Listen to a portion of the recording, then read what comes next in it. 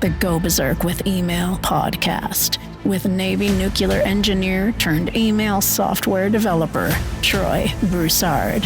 So calm. I'm pissed off, but I'm telling this because I am teaching you how to think differently and how to test differently. So patient. And Ben, that's put $500,000 into this company too, is being told that nobody can find the goddamn bug.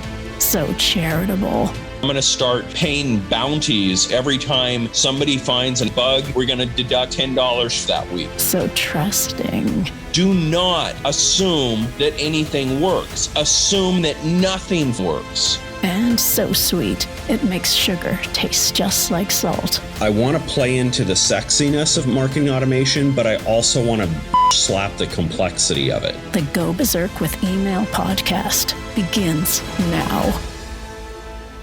We're back once again, boys and girls, for another Go Berserk with Email show. Troy, what do you have for us today, brother?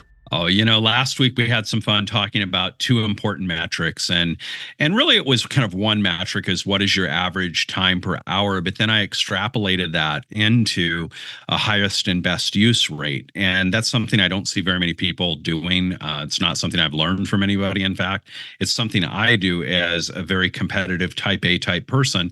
I want to compete with myself. I want to continually best myself, and I want a stretch goal that's going to propel me forward in my business. So that's why I use that highest and best use metric. But today I'm going to talk about a different aspect. Those are kind of personal metrics around your own productivity, and they will drive your business if you're a solo entrepreneur style of business. But this metric that I'm going to talk about today is one single metric, and it is extremely powerful. And it is what even Dropbox followed this exact metaphor for growth. So this is not something I invented. There are books written about it, and it's commonly taught, though not as commonly followed, and it really should be. It's called the one metric that matters, 1MTM, the one metric that matters. Now, when people hear that, they immediately think, oh, there's only one thing I need to track. And what is it? Yes and no. Yes, there's only one thing that you need to track. What is it is a very personal answer for you. And this is why the metric works. It is the mindset behind it is about narrowing your focus to the one single thing for your business today to drive your growth. The most important thing that will drive your growth, the lead domino for your business today. So I'll give you an example. One of my businesses, I won't say which one, but one of my businesses, I was meeting with the owners and we were having a discussion about some things that we needed to do. And there was a lot of, we should change the sales process. We should change this and that. I'm like, no, time out, guys. Stop. No, we're not doing any of that. All of those things are good, but this is a fairly new business. It has a few hundred paying subscribers monthly, but it hasn't hit the 1,000 member point, which is my personal litmus test after building a lot of software as a service companies and membership companies. I've probably had, 25 or 30 different 6 or even 7-figure level membership sites and software over the years. So I have my own personal metric. And for me, until we hit 1,000, you don't mess with that. Until you hit 1,000, it's just about getting more buyers. If you've got a process that's working, don't fiddle fuck around trying to make it all perfect and put a tag here and do this. It's all just mental masturbation. Until you hit 1,000 users, you need to focus on selling, selling, selling, selling. Now, if your sales page isn't working, it's not converting, then yes, you got to fix it. But I'm saying don't waste your time on something that is good enough and is working until you get enough cash flow coming in by hitting that first level. Now, for me, it's 1,000. Some people, it might be 500 that they say, I've got to get to 500 level. You've got to assess that for yourself. But in that particular business, at this point in time, for where we are in the business growth cycle, that is our one metric that matters. It is about sales. And that's what we're focused on. Probably the most well-documented case study of this methodology of one metric that matters goes back to Dropbox. And if any of you kind of remember the early days of Dropbox, there was a long period of time where all Dropbox was doing was trying to get free users. All of their features, all of their marketing, all of their tactics. They tried out all different types of things. Like for you to share a link with somebody to your account, they would have to set up a free user account. And they tried all kinds of these things, right? All kinds of tactics, but it was all geared around one metric. And that one metric was new user free trial accounts. Now, over time, they began to shift on a new metric, and the new metric evolved to upgraded accounts. How many new paying customers are we getting? We're no longer concerned with free. We're looking at how many paid customers are we getting? And it evolved over time. And today, a lot of it is focused around, I would argue, from just, I don't know their business model, of course, but just from observational feedback, I would say that today their one metric that matters is business accounts. Because I see that kind of escalation where they're really pushing more and more and more into their business accounts, because it's bigger accounts, they're more stable accounts, they generate more revenue, and they renew at a higher rate and less drop off. And so it's easier, right?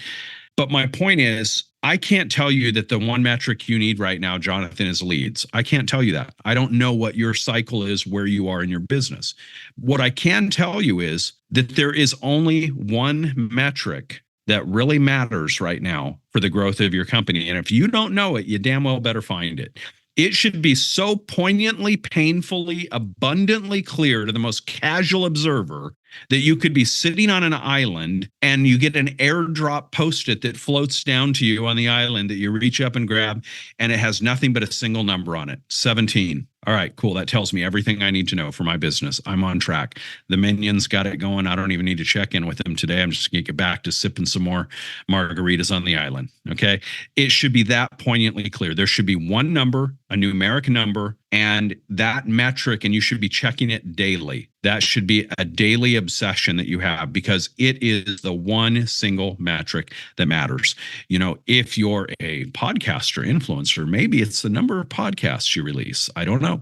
Okay. It depends on the phase of your business and where you're at, but adopting this just laser tunnel vision on one single metric and doing everything around your business and your marketing to advance that one metric forward is what drives your business to the next level. And then at some point you have to reevaluate and say, okay, you know what? We've shifted. It's time to shift. We need to focus more on this, right? So it's not that this one metric matters forever. It's the one metric that matters for today to drive your business forward. How do you figure that out? Because it sounds like, I mean, it seems almost pretty standard, right? I mean, newer business or fledgling business, obviously it's going to be leads. And then from the leads, it's going to go to sales. And then from sales, you're going into delivering whatever you deliver. So it turns into profit.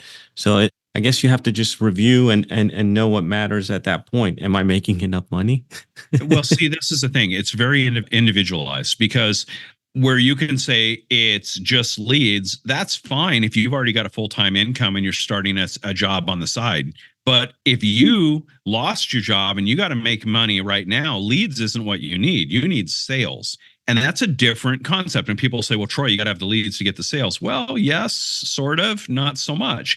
You can get on the phone, you can hustle, you can go door to door and get some sales from targeted industries that you work in. The fastest way to six-figure income is through services. It's always going to be the case. And so though I love the highly leveraged, and my specialty is continuity and SaaS programs and coaching, all of the things that are continuity based, that's my preference because it's leveraged, right? And we get a lot more value per hour of our time. But in the beginning, the quickest way when you're unemployed and you got to make something happen is services. And if you could go out there and get 10 clients paying you $500 a month, and if you can make 50% profit margin on that, well, now you've got $5,000 a month coming in, you're making $2,500. Maybe that with your spouse or partner's income combined is enough to pay the rent, the mortgage, and or car payment and get you started at a low end. Maybe you realize, no, I really got to have 20 clients at that 500 level. And so if I were progressing down that path, I probably would start out with a $500 service level offer.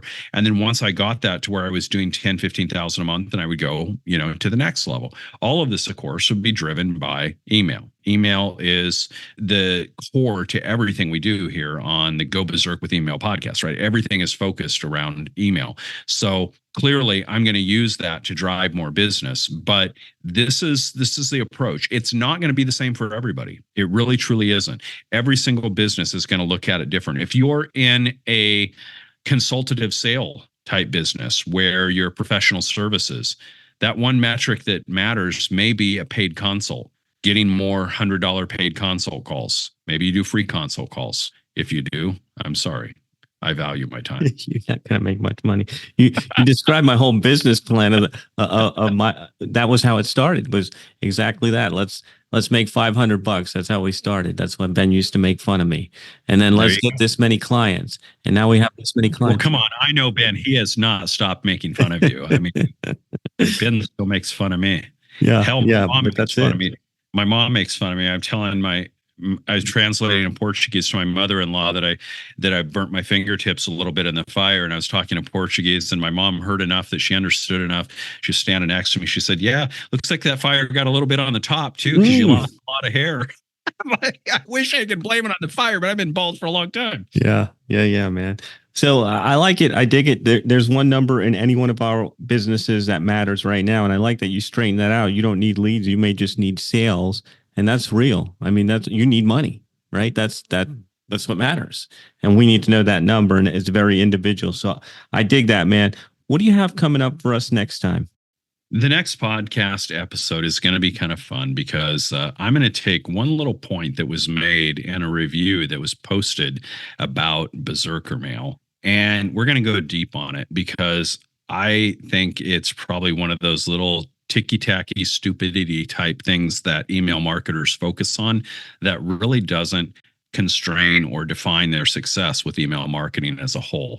And that is the use of preview text in your emails. Oh, I sense a rant coming on the next episode of Go Berserk with Email show. You can just smell them, can't you? It's in the air. Like Phil Collins, it's in the air, baby. That's right. That is a wrap for this week. We will be back in your earbuds next time. To get a free Berserker Mail test drive with no credit card required, go to startmytestdrive.com. From there, you can play around inside the platform without pressure. Load up emails and campaigns to see how simple the interface is, and get comfy with everything before deciding to join. That's startmytestdrive.com.